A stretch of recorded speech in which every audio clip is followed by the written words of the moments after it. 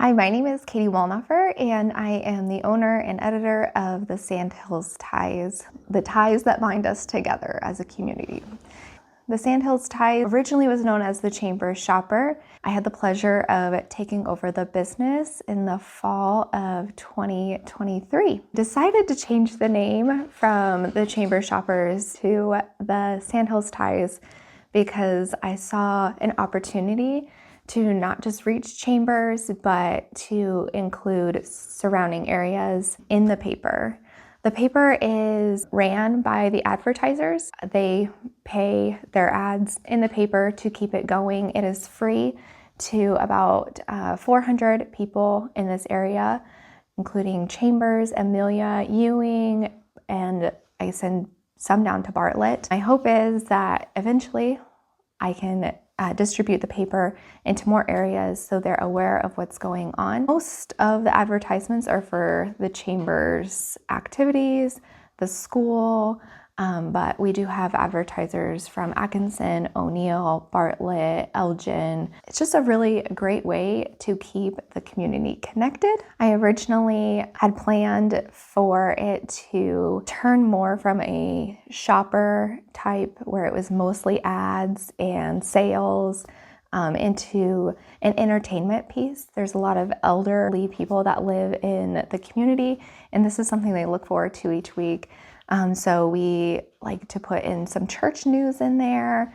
The school and Chambers is helping me put together little articles and pieces that they can read, as well as I try to include games that they can play, Sudoku and different activities in there as well.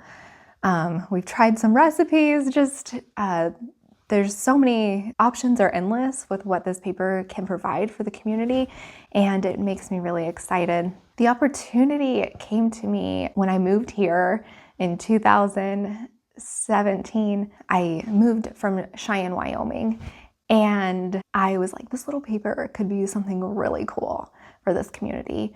I went to college for agriculture communications, and I was like, really was able to dream what this paper could be. Bertie Mickelson, she ran the Chamber Shopper at the time, and I had asked her a couple times if I could mentor under her or just see how she ran things, and just kept telling her, I'm really interested in this paper when you're ready to hand it down.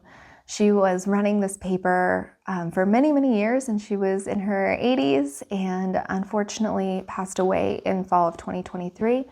And somehow she remembered my name and told her kids that she wanted the paper to be handed over to me, and that's how I was able to purchase the business. She was such a light to the community. People saw her in the community every day, and they knew her as the shopper lady. And now that I get that name, the shopper lady in town, I just want to use this opportunity to be a light, to be somebody people can rely on, and somebody that people know each week they're gonna get something in their mail, a little happy mail that can encourage them, lift them up, and let them know what's going on in town. It's been such a great pleasure to be doing this. We're on our 64th issue, and it's hard to even believe that we've been doing this long.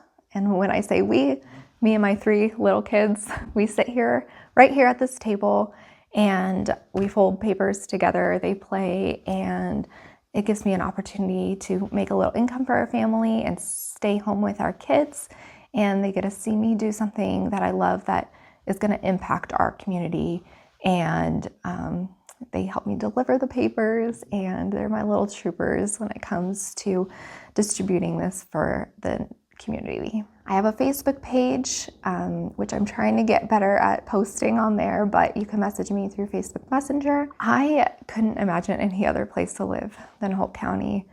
I originally moved out here because I married my husband. He's a rancher, and you can't move a ranch very easily. And the first time I drove out here, I was like, wow, this place is so special.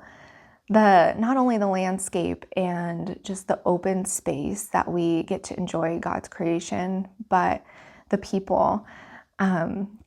They obviously know when you're an outsider, and they would come up and welcome you and ask who you are. I often will go back and visit my family, and I just can't wait to get back home, because when I go to the grocery store, I see the same faces. When I go to get gas, I know whose gas I'm pumping and who I'm helping in the community by shopping locally. And it's nice to know we can go to the park and we're going to see moms that we see a lot. And just the small knit community can be such a strength, because we can know how other people are doing, and we can lift and encourage them and lift them up.